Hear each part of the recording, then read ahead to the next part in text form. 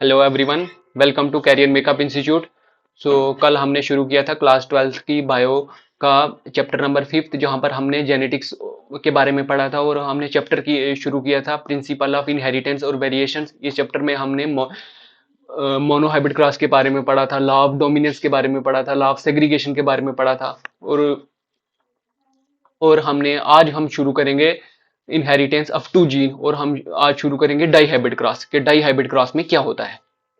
ठीक है, तो डाई हाइब्रिड क्रॉस में हम क्या करते हैं कि डाई हाइब्रिड क्रॉस में हम पढ़ेंगे कि डाई हाइब्रिड क्रॉस में क्या होता है। देखो, हमने कल पढ़ा था कि मेंडल ने जब मोनो हाइब्रिड क्रॉस किया था, तो मोनो हाइब्रिड क्रॉस में उसने क्या किया था कि दो प्लांट लिए थे। एक प्लांट लिया था टाल, दूसरा प्लांट लिया था ड्वार्फ। तो प्लांट अगर लिए थे तो प्लांट की उसने सिर्फ हाइट को लेकर स्टडी किया था, प्लांट के एक ही करेक्टर को लेकर स्टडी किया था। लेकिन अब ये जो है डाई हाइब्रिड क्रॉस, इसमें उसने क्या किया कि किसी दो करेक्टर को लेकर स्टडी किया। जैसे कि उसने क्या किया है, उसने सीड्स लिए हैं। यहाँ पर एक सीड लिया है राउंड सीड, एक सीड लिया है व्रिंकल्ड। दो सीड लिए, और एक सीड जो राउंड सीड है वो येलो कलर का है, और जो व्रिंकल्ड सीड है वो ग्रीन कलर का है। और जो राउंड सीड है वो डोमिनेंट है, और जो व्रिंकल्ड सीड है वो रिसेसिव है। तो डाई हाइब्रिड क्रॉस में उसने क्या किया था, डाई हाइब्रिड क्रॉस में इसने दो करेक्टर को लेकर स्टडी किया था। देखो कि डाई हाइब्रिड क्रॉस हमें यही कहता है कि डाई हाइब्रिड क्रॉस हमें ये कहता है कि यहाँ पर मेंडल ने दो करेक्टर को लेकर स्टडी किया था। दो करेक्टर कौन कौन से थे, एक उसने सीड लिया, वहां पर उसने एक सीड राउंड था, दूसरा सीड ब्रिंकल्ड था। और जो सीड का जो राउंड सीड था उसका कलर येलो था, दूसरा जो ब्रिंकल्ड सीड था उसका जो कलर जो था वो ग्रीन था। और जब इसने इसकी पेयरिंग करवाई, पेयरिंग करवाने के वक्त क्या हुआ, हमें F1 जनरेशन में क्या मिला, F2 जनरेशन में क्या मिला, ये हम सारा पढ़ेंगे इसके थर्ड लॉ में, मेंडल के थर्ड लॉ में, लॉ ऑफ इंडिपेंडेंट असॉर्टमेंट। ये जो है डाई हाइब्रिड क्रॉस को पूरे तरीके से एक्सप्लेन करता है। कौन एक्सप्लेन करता है? Law of independent assortment dihybrid cross को एक्सप्लेन करता है। तो लॉ ऑफ इंडिपेंडेंट असॉर्टमेंट क्या कहता है? देखो, हमने ये सीखा कि जब मेंडल ने क्या किया था कि एक प्लांट सीड लिए थे, एक राउंड कलर का सीड लिया था, एक येलो का लिया, एक राउंड कलर का सीड लिया, एक ब्रिंकल्ड का लिया। जो राउंड था उसका कलर येलो था, जो ब्रिंकल्ड था उसका कलर ग्रीन था। जब इसकी गैमेट फॉर्मेशन हुई, देखो राउंड, आप यहाँ देखो कि जो राउंड वाला सीड है उसके गैमेट्स हैं कैपिटल आर आर। जो ब्रिंकल्ड वाला सीड है उसके गैमेट हैं कैपिटल वाई वाई। जो जो येलो वाला सीड, येलो वाले के करेक्टर है कैपिटल वाई वाई। और व्रिंकल्ड वाला जो सीड है उसके कलर, उसका गैमेट्स है स्मॉल आर आर। और जो ग्रीन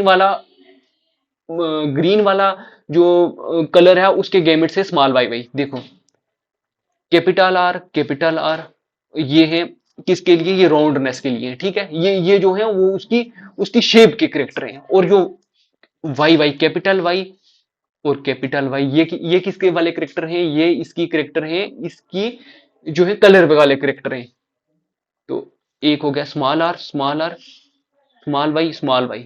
ठीक है, ये करेक्टर कौन से हैं? ये करेक्टर हैं इसके, ये करेक्टर हैं इसकी कलर वाले। एक एक कलर वाले हैं और एक शेप वाले हैं। जब इसकी गेमिड फॉर्मेशन होगी तो गेमिड फॉर्मेशन में F1 जनरेशन, गेमिड फॉर्मेशन में हमें दो में से एक गेमिड नीचे आएगा, कैपिटल आर स्मॉल वाई, यहां पर आएगा स्मॉल आर और स्मॉल वाई। ये क्या कहता है हमें? ये कहता है कि जब इनके क्या होंगे, गेमिड फॉर्मेशन होगी। लॉ ऑफ इंडिपेंडेंट असॉर्टमेंट हमें यह समझाने की कोशिश करता है कि जब गेमिड फॉर्मेशन होगी तो गेमिड फॉर्मेशन के टाइम पर ये जो राउंडनेस वाला करेक्टर है, ये येलो को के साथ कोई भी पंगा नहीं करेगा। ठीक है, येलो को बोलेगा तू अपना काम कर, मैं अपना काम करता हूं। क्योंकि जो येलो वाला करेक्टर है, जो येलो वाला है, इसका इसको न राउंड से कोई दिक्कत है, और न जो राउंड वाला है इसको न येलो से दिक्कत है। यहाँ पर जो ब्रिंकल्ड वाला है इसको न येलो से कोई प्रॉब्लम है, और जो ब्रिंक और जो येलो और जो ग्रीन, जो व्रिंकल्ड वाला है इसको न ग्रीन से कोई प्रॉब्लम है, और जो ग्रीन है इसको भी व्रिंकल्ड से कोई प्रॉब्लम नहीं। मतलब लॉ ऑफ इंडिपेंडेंट असॉर्टमेंट ये कहता है कि गेमिड फॉर्मेशन के टाइम पर एक करेक्टर का जो एक करेक्टर सॉर्ट करता है अपने करेक्टर को इंडिपेंडेंटली, एक करेक्टर को किसी दूसरे के साथ कोई भी प्रॉब्लम नहीं होती। वो अपने करेक्टर जो है वो अपने आप को इंडिपेंडेंटली एक्सप्रेस करता है, अपने करेक्टर को वो इंडिपेंडेंटली एक्सप्रेस करता है। यही होगा कि जब गेमिड फॉर्मेशन होगी तो गेमिड फॉर्मेशन के at the time of gamete formation हमें क्या मिलेगा? हमें मिलेगा capital R, small R, capital Y और स्मॉल वाई। ये मिलेगी F1 जनरेशन में। और F1 जनरेशन में हमें जो किस टाइप के गेमिड मिले, राउंड एंड येलो मिले। तो तो ये जो राउंड एंड येलो हमें F1 जनरेशन में मिले, ये हमें ये बताता है कि जो डोमिनेंट वाले कैरेक्टर थे उन्होंने अपने आप को एक्सप्रेस किया, जो रिसेसिव वाले कैरेक्टर थे उन्होंने क्या किया, वो अपने आप को एक्सप्रेस नहीं कर पाए F1 जनरेशन में। और ये जो रिसेसिव वाले कैरेक्टर F1 जनरेशन में जो एक्सप्रेस नहीं हो पाए, लेकिन जब ये राउंड एंड येलो जो हमें F1 जनरेशन में मिलेंगे, ये देखो जो हम इनकी क्या करेंगे, सेल्फिंग करेंगे। जब इनको क्या करेंगे हम, सेल्फ जब इनकी क्या करेंगे हम, सेल्फिंग करेंगे। जब जो ये जो राउंड वाले करेक्टर थे F1 जनरेशन में जो हमें ये मिले थे, capital R small R capital Y small Y, जब इनकी हम सेल्फिंग करेंगे तो हमें 16 टाइप ऑफ गैमेट मिलेंगे। जब जो जो 16 टाइप ऑफ गैमेट मिलेंगे और उनकी जो है F1 जनरेशन में हमें उस 16 टाइप ऑफ गैमेट मिलेंगे और उनकी फिनोटिपिक रेशियो जो है 1:3:3:1 होगी। ठीक है, 1:3:3:1 होगी।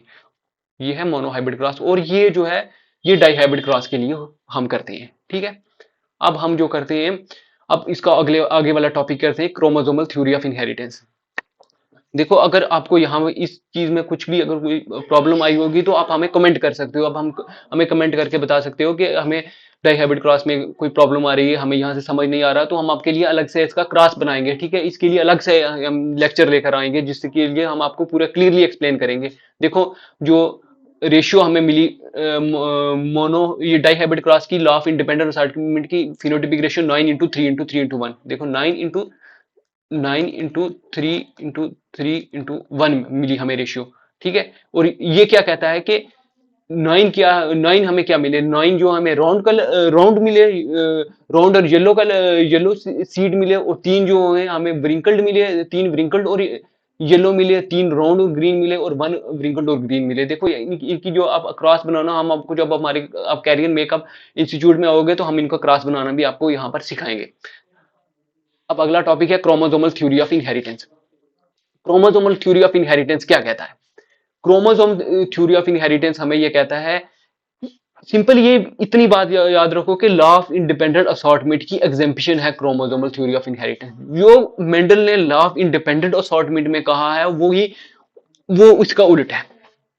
कि जो मेंडल ने लॉ ऑफ इंडिपेंडेंट असॉर्टमेंट में ये कहा था कि एक करेक्टर दूसरे करेक्टर के साथ क्या करेगा, कोई भी दिक्कत नहीं प्रोड्यूस करेगा, एक करेक्टर जो है अपने आप को एक्सप्रेस करेगा इंडिपेंडेंटली। देखो, दो फ्रेंड जो स्कूल जा रहे हैं तो क्या करेगा, एक जो होगा जिसका अपना बैग होगा, अपना सामान होगा, वो दूसरे के सामान के साथ कोई भी प्रॉब्लम नहीं क्रिएट करेगा। जिसका जो सामान होगा उसका सामान वो उसी के पास रहेगा। ठीक है, वो वापसी में घर जो है, हम इसकी ये एग्जांपल ले रहे हैं कि वापसी में वो सामान वो अपने घर ही वो लेके जाएगा। ये उसकी एक एग्जांपल होगी लॉ ऑफ इंडिपेंडेंट असॉर्टमेंट की। लेकिन क्रोमोसोमल थ्योरी ऑफ इनहेरिटेंस जो है, ये उसकी एग्जाम्पशन होगी, ये उसका उल्ट है। क्रोमोसोमल थ्योरी ऑफ इनहेरिटेंस क्या कहता है कि पहली चीज हम ये देखते हैं कि क्रोमोसोम क्या होता है। अगर आपको पता नहीं है क्रोमोसोम के बारे में कि क्रोमोसोम क्या होता है, तो क्रोमोसोम जो होते हैं ये थ्रेड लाइक स्ट्रक्चर होते हैं। ठीक है, ये होते हैं थ्रेड, ये धागे के जैसे स्ट्रक्चर होते हैं। और ये कहां पर होते हैं, ये एक सेल हो गया हमारा, सेल के अंदर हो गया न्यूक्लियस, और न्यूक्लियस के अंदर होते हैं क्रोमोसोम। ठीक है, और ये इसी क्रोमोसोम के अंदर डीएनए होता है। ठीक है, और जो डीएनए के अंदर जीन्स होती हैं, जो हमारे क्या करते हैं, जेनेटिक इंफॉर्मेशन को पास ऑन करती है एक जनरेशन से दूसरी जनरेशन में। अब देखो कि हम क्या कहां से कर रहे थे, क्रोमोसोमल थ्योरी ऑफ इनहेरिटेंस क्या होता है। क्रोमोसोमल थ्योरी ऑफ इनहेरिटेंस क्या ये बोलता है कि एक क्रोमोसोम है, देखो ये क्रोमोसोम है, ये क्रोमोसोम है, ये क्रोमोसोम का सेंट्रोमेर है, ये सेंटर वाला पार्ट है। ये क्रोमोसोम का टीलोमेर है, एंड वाला पार्ट है। और ये देखो, ये हमने क्रोमोसोम बनाया। इस क्रोमोसोम में एक है जीन ए, एक जीन है बी, दूसरा क्रोमोसोम है एक ये, इसमें है एक जीन कैपिटल ए और कैपिटल बी। देखो क्या क्रोमोसोमल थ्योरी ऑफ इनहेरिटेंस हमें क्या कहती है कि क्रोमोसोमल थ्योरी ऑफ इनहेरिटेंस ये कहता है कि जीन जो है पेयर्स में होते हैं। देखो, हमने ये पेयर्स में ही बनाए, ये जीन जो है ये स्मॉल ए और स्मॉल बी ये पेयर्स में है, कैपिटल ए और कैपिटल बी ये पेयर्स में है। और ये क्या करते हैं कि जो होमोलोगस क्रोमोसोम होगा, कि होमोलोगस क्रोमोसोम में ये पेयर्स में होते हैं हमेशा।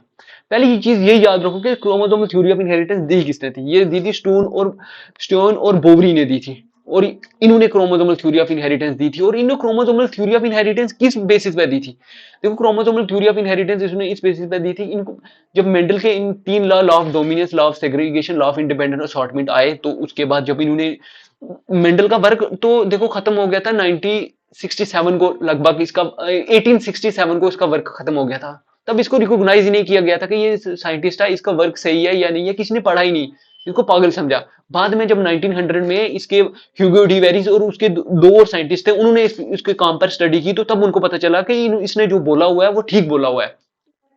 तो उस वक्त जो 19 सेंचुरी में क्या है, माइटोसिस की का पता चल गया था, मियोसिस का पता चल गया था, उसके बाद हमें इलेक्ट्रॉन माइक्रोस्कोप की डिस्कवरी हो गई थी, सब चीजों के बारे में पता चल गया था। उसके बाद क्या पता क्रोमोसोम के बारे में पता चल गया था, उसके बाद जीन के बारे में पता चल गया था। जब इतनी चीजों का पता चल गया था तो उसके बाद जो स्टून और बॉबी ने क्या किया था, क्रोमोसोमल थ्योरी ऑफ इनहेरिटेंस दी थी। और क्रोमोसोमल थ्योरी ऑफ इनहेरिटेंस ये कहती है कि क्रोमोसोमल थ्योरी ऑफ इनहेरिटेंस ये कहती है कि ये होमोलोगस क्रोमोसोम है, और होमोलोगस क्रोमोसोम में जीन जो होते हैं वो पेयर्स में होते हैं। जीन्स क्या होते हैं, वो पेयर्स में होते हैं। और जब आप क्या करोगे, इनको सेग्रीगेट करोगे, जब आप इनको सेग्रीगेट करोगे, जब इन जो पेयर जो जीन्स के पेयर हैं वो सेग्रीगेट करोगे, देखो ये जो पेयर है, ये जो क्रोमोसोम का पार्ट है, इसको क्या करोगे, यहां से काटोगे, इसको यहां से काटोगे, इसकी करोगे क्रॉसिंग ओवर। ये जो इसकी जब क्रॉसिंग ओवर करोगे, तो ये वाला पार्ट इधर लगाओगे, इस वाला पार्ट इधर लगाओगे, तो ये जो है क्या हो जाएगा, ये गड़बड़ हो जाएगी। गड़बड़ ये हो जाएगी कि ये जो है इसके कैरेक्टर जो होंगे वो चेंज हो जाएंगे। ठीक है, ये जो जब जब स्मॉल जहां पर कैपिटल ए और बी था, जब ये इंटरचेंज होगा तो इधर आके ये जो बन जाएगा कैपिटल ए बी, और ये जो स्मॉल ए बी इधर आके बन जाएगा स्मॉल ए और स्मॉल बी। तो क्या हो जाएगा, ये जीन्स जो होंगे, ये जीन्स जो होंगी ये चेंज हो जाएंगे। ठीक है, जब ये सेग्रीगेशन करेंगे तो सेग्रीगेशन करने के टाइम पर इसकी जो होगी वो पेयरिंग होगी, और सेग्रीगेशन के टाइम पर हमें क्या होगा कि ये जीन जो होगी वो चेंज हो जाएंगे और वो अलग करेक्टर शो करेंगे। ठीक है, ये अलग करेक्टर शो करेंगे। क्रोमोसोमल थ्योरी ऑफ इनहेरिटेंस यही कहती है कि जो होमोलोगस क्रोमोसोम होता है वो जीन उसमें वो पेयर्स में होते हैं, और उसके बाद क्या करेंगे, जब सेग्रीगेशन करोगे तो सेग्रीगेशन के टाइम पर ये क्या करेंगे, जो जो जीन्स या जो फैक्टर्स होते हैं ये क्या करेंगे, ये जब दूसरे एक क्रोमोसोम के जीन जीन जो दूसरे क्रोमोसोम में डालोगे, तो वो जो क्रोमोसोम का पार्ट यहाँ पर डालोगे, तो वो जिसमें वो जीन जिस चीज के जीन्स होंगे वो वैसे ही करेक्टर को एक्सप्रेस करेंगे। यही इसका कहने का मतलब था, क्रोमोसोमल थ्योरी ऑफ इनहेरिटेंस यही चीज कहती है हमें। अब आ गया लिंकेज एंड रिकॉम्बिनेशन। पहले लिंकेज और रिकॉम्बिनेशन जो है ये अलग, ये इस टॉपिक को पढ़ने से पहले हम क्या कर लेते हैं, सेक्स डिटर्मिनेशन को पढ़ लेते हैं, फिर हमें अच्छे से समझ आ जाएगा कि लिंकेज और रिकॉम्बिनेशन क्या होता है। सेक्स डिटर्मिनेशन पढ़ लेते हैं। सेक्स डिटर्मिनेशन कैसे हो, क्या होता है सेक्स डिटर्मिनेशन। सेक्स डिटर्मिनेशन ये जो डिस्कवर किसने किया था सेक्स डिटर्मिनेशन, ये हैंकिंग नाम का साइंटिस्ट था। इसने 1891 जो था इसमें इसकी डिस्कवरी की थी। इसमें क्या इसने क्या किया था कि कुछ क्या थी, इंसेक्ट का जो न्यूक्लियर स्ट्रक्चर उसने उसने देखा ना, इंसेक्ट के न्यूक्लियर स्ट्रक्चर में कुछ उसने चेंजेस देखी, तो वहां से उसने ये डिस्कवरी की, सेक्स डिटर्मिनेशन के बारे में इसको पता चला। ठीक है, अब सेक्स डिटर्मिनेशन सिंपली याद रखोगे हैंकिंग ने डिस्कवर किया था। ठीक है, सेक्स डिटर्मिनेशन के बारे में बताया था। और हम सेक्स डिटर्मिनेशन क्या होता क्या है ये हम देखते हैं कि सेक्स डिटर्मिनेशन होता क्या, कि सेक्स डिटर्मिनेशन क्या होता है, और सेक्स डिटर्मिनेशन ह्यूमंस में किस टाइप से होता है। देखो, सबसे पहली चीज हमें ये याद रखनी चाहिए कि टोटल जो होते हैं वो 23 पेयर्स होते हैं क्रोमोसोम के। अगर ह्यूमंस के अंदर हम देखें, पहले हम एग्जांपल सेक्स डिटर्मिनेशन की ह्यूमंस के अंदर देखते हैं कि टोटल 23 पेयर्स होते हैं क्रोमोसोम के ह्यूमंस के अंदर अगर हम देखें तो 22 पेयर्स जो होंगे वो होंगे ऑटोसोम्स के। ठीक है, 22 पेयर जो होंगे वो ऑटोसोम्स के होते हैं। ऑटोसोम्स क्या होंगे, ऑटोसोम्स वो ऐसे जीन्स होते हैं या ऐसे पेयर ऑफ क्रोमोसोम होते हैं जो दूसरे करेक्टर को शो करते हैं। दूसरे करेक्टर जैसे कि करेक्टर क्या हो गया, वो स्किन का कलर हो गया, हाइट वाले करेक्टर हो गए, जैसे कि बॉडी का पोस्चर कैसा है वो वाले करेक्टर हो गए। उसके बाद बालों बालों का कलर के कैसा है, आई का कलर कैसा है, वो वाले करेक्टर हो गए, उनको ऑटोसोम बोलते हैं। वो ऑटोसोम्स जो है वो ऑटोसोम्स बताते हैं कि जो 22 पेयर्स होते हैं वो उसके बारे में बताते हैं। लेकिन एक पेयर जो होता है वो सेक्स क्रोमोसोम का होता है। एक पेयर जो होता है वो ह्यूमन के अंदर जो होता है वो सेक्स क्रोमोसोम का होता है। जो सेक्स क्रोमोसोम जो जो मेल्स में होते हैं वो होते हैं एक्स वाई, और जो फीमेल में होते हैं वो होते हैं एक्स एक्स। और जब हम क्या करेंगे, अब इनकी अगर हम क्रॉसिंग करेंगे तो किस तरीके से करेंगे, देखो सेक्स क्रोमोसोम ह्यूमन के अंदर कैसे होता है। देखो ये फादर है, यहाँ पर दिया हुआ है कि उसके अंदर एक्स वाई क्रोमोसोम है, मदर के अंदर एक्स एक्स क्रोमोसोम है। अगर हम गेमिट फॉर्मेशन होगी तो मेल के अंदर एक एक्स क्रोमोसोम, गेमिट फॉर्मेशन होगी तो एक एक्स क्रोमोसोम और एक वाई क्रोमोसोम जो है नीचे आएगा, F1 जनरेशन में आएगा। या जब गेमिट फॉर्मेशन होंगे तो इसके एलील जो होते हैं एक एक्स है एक वाई है, तो फीमेल में एक एक्स, दोनों एक्स एक्स है। और जब इनकी हम क्या करेंगे, गेमिट फॉर्मेशन करेंगे, देखो एक एक्स वाई एक्स एक्स, जब इनको हम जोड़ेंगे तो ये x इस x के साथ जुड़ेगा तो क्या बनाएगा x और x, ये x इस x के साथ जुड़ेगा तो क्या बनाएगा x x।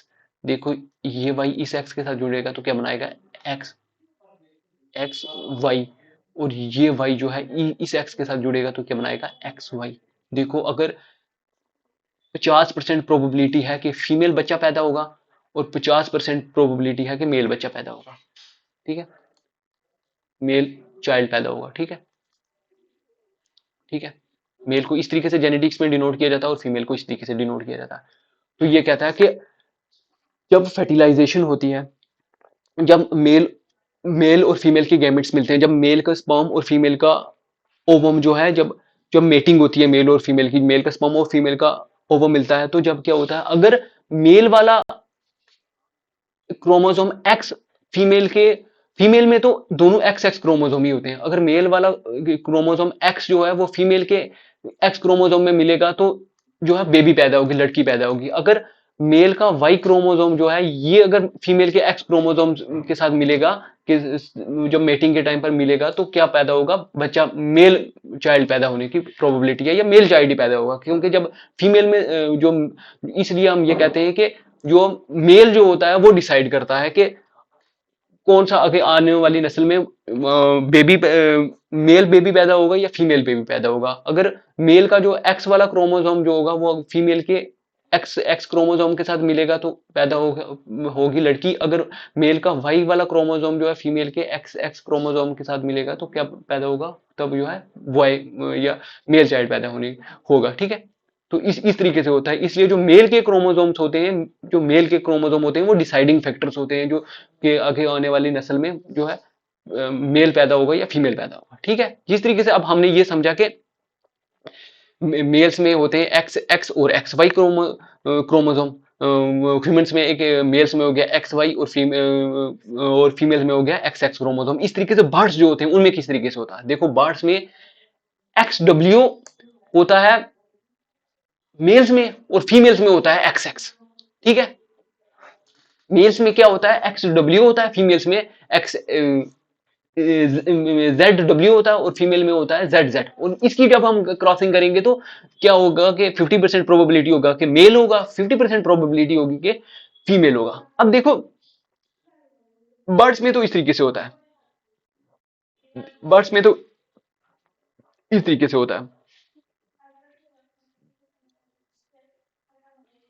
अब हम आगे देखते हैं कि अगर बर्ड्स में इस तरीके से होता है तो एक और चीज होती है, जैसे कि रेप्टाइल्स में किस तरीके से होता है, या रेप्टाइल्स में क्या होता है। रेप्टाइल्स में भी देखो अगर किसी और बर्ड में, जैसे कि हेन में हम देख लें तो हेन में भी इस तरीके से ही होता है, जैसे कि जेड डब्ल्यू और जेड जेड। जेड डब्ल्यू जो होगा वो मेल के हैं, जेड जेड जो हो गया फीमेल के हैं। जब इनके क्रॉसिंग करेंगे तो 50% प्रोबेबिलिटी होगी कि मेल के, जो 50% प्रोबेबिलिटी होगी कि फीमेल होगा, 50% मेल होगा।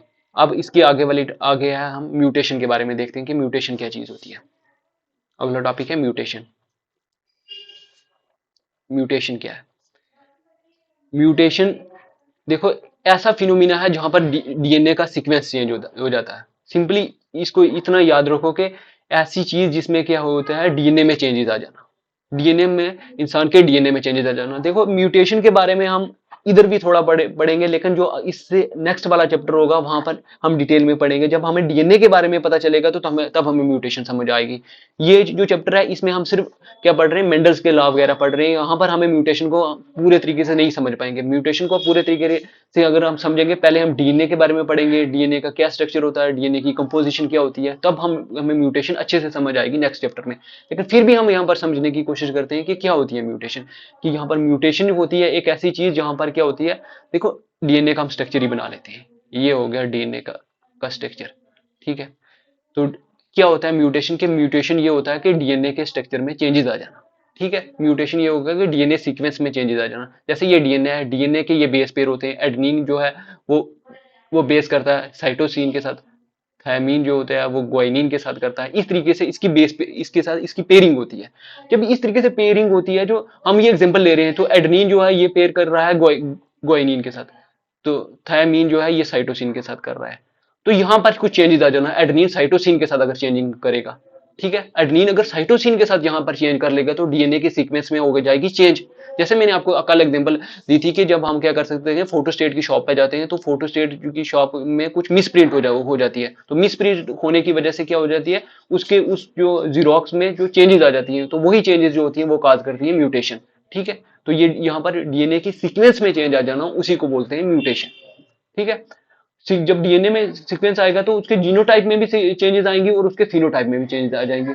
अब जीनोटाइप क्या होता है, जीनोटाइप होता है जेनेटिक मेकअप। जब जब अब ये देखो कि अब एडेनिन जो है वो पेयर कर रहा है ग्वानिन के साथ, थायमिन साइटोसिन के साथ कर रहा है, तो देखो कि जब म्यूटेशन होगी तो एडेनिन जो है पेयरिंग करेगा किसके साथ, साइटोसिन के साथ। जब एडेनिन साइटोसिन के साथ करेगा तो जीनोटाइप जो जेनेटिक मेकअप में चेंजेस आएंगी, बिल्कुल जेनेटिक्स मेकअप में चेंजेस आएंगी। अब जेनेटिक्स मेकअप में यहाँ चेंजेस आएंगी तो फिनोटिपिक, अगर इंसान के जेनेटिक मेकअप में चेंज आएगी तो इंसान जाहिर बाहरी तरफ से भी तो दिखेगा कमजोर दिखेगा, और उसके 100 किस्म की बीमारियां दिखेंगी।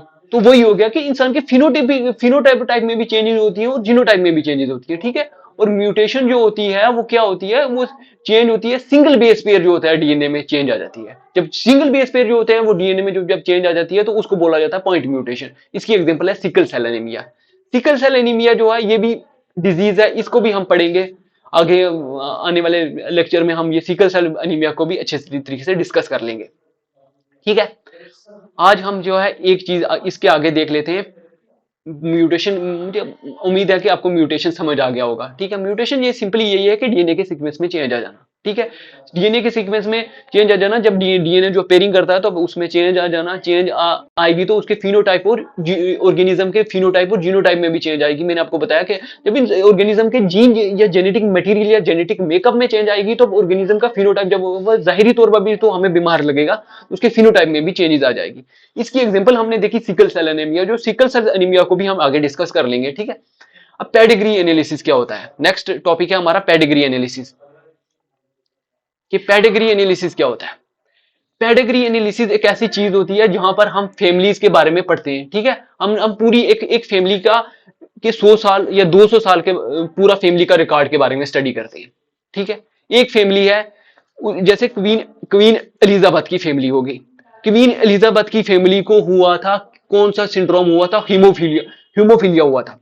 अब क्वीन एलिजाबेथ जो थी उसको होमोफीलिया हुआ था, तो हम जो है क्वीन एलिजाबेथ के जो 100 साल पिछली जनरेशन होगी उसके बारे में जो हम स्टडी करेंगे कि आखिरकार जो हीमोफीलिया जो हुआ वो क्वीन एलिजाबेथ को आया कहां से, कहां से, तो वो हम पढ़ते हैं पेडिग्री एनालिसिस में। पेडिग्री एनालिसिस में हम क्या करते हैं कि पूरे तकरीबन 100 साल या 200 साल का पुराना रिकॉर्ड हमें किस फैमिली का पढ़ते हैं, किसकी वजह से हम पेडिग्री एनालिसिस या कि पेडिग्री ट्री बनाते हैं, तो उसके अकॉर्डिंग हम स्टडी करते हैं। इसमें पार्टिकुलर ट्रेड मतलब अबनॉर्मलिटी या डिजीज जो बंदे को होती है उसके बारे में देखते हैं कि ये किस तरीके से हुई। जैसे कि पेडिग्री एनालिसिस पढ़ने के लिए हम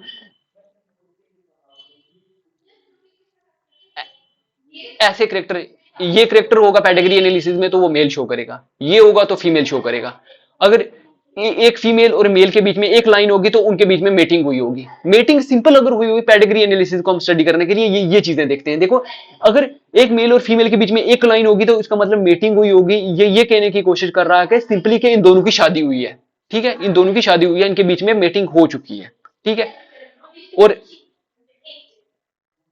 ऐसा ऐसा ऐसा है, अगर ऐसा हमें रिकॉर्ड दिखेगा तो हमें क्या दिखेगा, ऐसा रिकॉर्ड दिखेगा तो हमें हमें दिखेगा कि एक जनरेशन ये और एक जनरेशन ये, कि हम दो जनरेशन के बारे में स्टडी कर रहे हैं। ठीक है, क्या क्या कर रहे हैं, हम दो जनरेशन के बारे में स्टडी कर रहे हैं। तो सिंपली पेडिग्री एनालिसिस क्या है, कि पेडिग्री एनालिसिस क्या है, जब हम किसी फैमिली के ऊपर पूरी जो है फैमिली का ग्राफ बना के फैमिली के ऊपर पूरी स्टडी करते हैं कि जैसे मैंने आपको बताया कि क्वीन एलिजाबेथ जो थी उसको क्या हुआ था, हीमोफीलिया हो गया था, तो हीमोफीलिया उसको क्यों हुआ था वो हम पेडिग्री ग्राफ बना के हम स्टडी करते हैं, उसी को बोलते हैं पेडिग्री एनालिसिस। देखो, अगर आपको पूरा डिटेल में पढ़ना है पेडिग्री एनालिसिस क्या होता है, अगर पेडिग्री एनालिसिस इतना बड़ा टॉपिक है कि इसको भी डिस्कस करने में 1 घंटा लग जाता है तकरीबन। तो अगर आपको पूरा डिटेल में पढ़ना है तो आप हमारे कैरियर मेकअप इंस्टीट्यूट में आ सकते हो, वहां पर हम आपको डिटेल में पढ़ाएंगे कि क्या चीज कैसे होती है। तो अब हम देख लेते हैं मेंडेलियन डिसऑर्डर और क्रोमोसोम डिसऑर्डर के बारे में। हम डिफरेंस देख लेते हैं सिंपल कि मेंडेलियन डिसऑर्डर जो थे और क्रोमोसोम की वजह से डिसऑर्डर जो थे वो क्या थे। मेंडेलियन के जो डिसऑर्डर थे वो क्या थे, सिंपल है, इसमें कोई बड़ी चीज नहीं है कि वो जो मेंडल के डिसऑर्डर थे वो सिंगल जीन में थे। क्रोमोसोम जो थे उसमें क्या होता था कि एक या क्रोमोसोम, एक क्रोमोसोम या कोई एक पेयर ऑफ क्रोमोसोम जो है अबनॉर्मल होते थे या कोई होने की वजह से वो क्रोमोसोमल डिसऑर्डर होता था। और जो जो मेंडेलियन डिसऑर्डर थे वो ट्रांसमिट होते थे जनरेशन से जनरेशन में। और और ये भी जनरेशन से जनरेशन में होते थे। क्रोमोसोमल डिसऑर्डर जो थे वो एक जनरेशन से, अगर किसी एक पेरेंट को कोई बीमारी है तो उसके माँ बाप उसके बच्चों को भी हो सकती है। तो अगर होगी तो मेंडेलियन डिसऑर्डर में इतना अफेक्टिव, इतनी बीमारी ज्यादा हार्मफुल नहीं होती थी। लेकिन जो क्रोमोसोमल डिसऑर्डर जो था, अगर वो उसकी वजह से कोई बीमारी हो जाती थी तो पर्सन स्टीराइल हो जाता था। स्टीराइल ऐसा हो गया, स्टीराइल, अगर एक स्टीराइल आदमी है तो वो बच्चे नहीं प्रोड्यूस कर सकता। ये भी हो सकता है कि स्टीरिलिटी बहुत सारे टाइप की होती है, ठीक है। स्टीराइल बंदे का स्टीरिलिटी हो सकती है। और मेंडेलियन जो थे करेक्टर में, एक मेंडेलियन डिसऑर्डर में जो एक रिसेसिवनेस होती थी, एक डोमिनेंट नेचर था। यहाँ पर भी क्रोमोसोमल डिसऑर्डर में भी डोमिनेट और रिसेसिव नेचर ये। अब देखो, मेंडेलियन डिसऑर्डर में एक चीज है हीमोफीलिया। मेंडेलियन डिसऑर्डर हमसे सबसे पहले पढ़ते हैं। आज हम लास्ट टॉपिक यही करेंगे, मेंडेलियन डिसऑर्डर। और आज हम खत्म कर देंगे मेंडेलियन डिसऑर्डर, लास्ट हीमोफीलिया ही पढ़ेंगे मेंडेलियन डिसऑर्डर में। और आज यहां तक ही रखेंगे, कल हम इससे आगे लेक्चर करेंगे। मेंडल डिसऑर्डर में आज का लास्ट टॉपिक है हीमोफीलिया। तो हीमोफीलिया क्या होता है? हीमोफीलिया जो है ये एक सेक्स लिंक्ड रिसेसिव डिजीज है। इसका कहने का मतलब क्या है? सेक्स लिंक्ड रिसेसिव डिजीज, या ये क्या चीज है सेक्स लिंक्ड रिसेसिव डिजीज जो है? इसका कहने का मतलब कि ये क्या चीज है, इसमें होता क्या है? इसमें ये होता है कि एक आदमी है, उसको कोई भी छोटा सा कट लग गया तो उसके बीच, उसके अंदर से इतनी ब्लीडिंग हो जाएगी, इतनी ब्लीडिंग हो जाएगी कि वो मर ही जाएगा।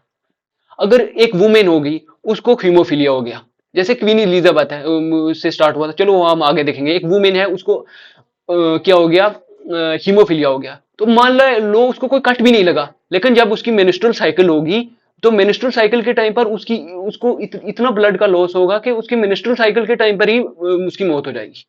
हीमोफीलिया जो है इतनी खतरनाक बीमारी है, ठीक है। तो ये किस वजह से होती है, किस वजह से होती है, इसका कॉज अभी तक नहीं पता चला है। बस ये सिंपली ये हुई थी, पहले पर्सन को हुई थी क्वीन एलिजाबेथ, इसको रॉयल डिजीज बोला जाता है कि जो ये बड़े खानदान की बीमारी होती है, ठीक है। और ये किसको हुई थी? ये क्वीन एलिजाबेथ को हुई थी, और उसके बाद उसकी जनरेशन में हुई। और ये होती कैसे? अगर एक मेल को पहले क्वीन एलिजाबेथ को हुई थी, तो क्वीन एलिजाबेथ को अगर ये बीमारी हुई तो आगे अगर फीमेल को होगी तो उसके बाद उसकी लड़की को नहीं होगी, उसके आगे होने वाले बेटे को होगी।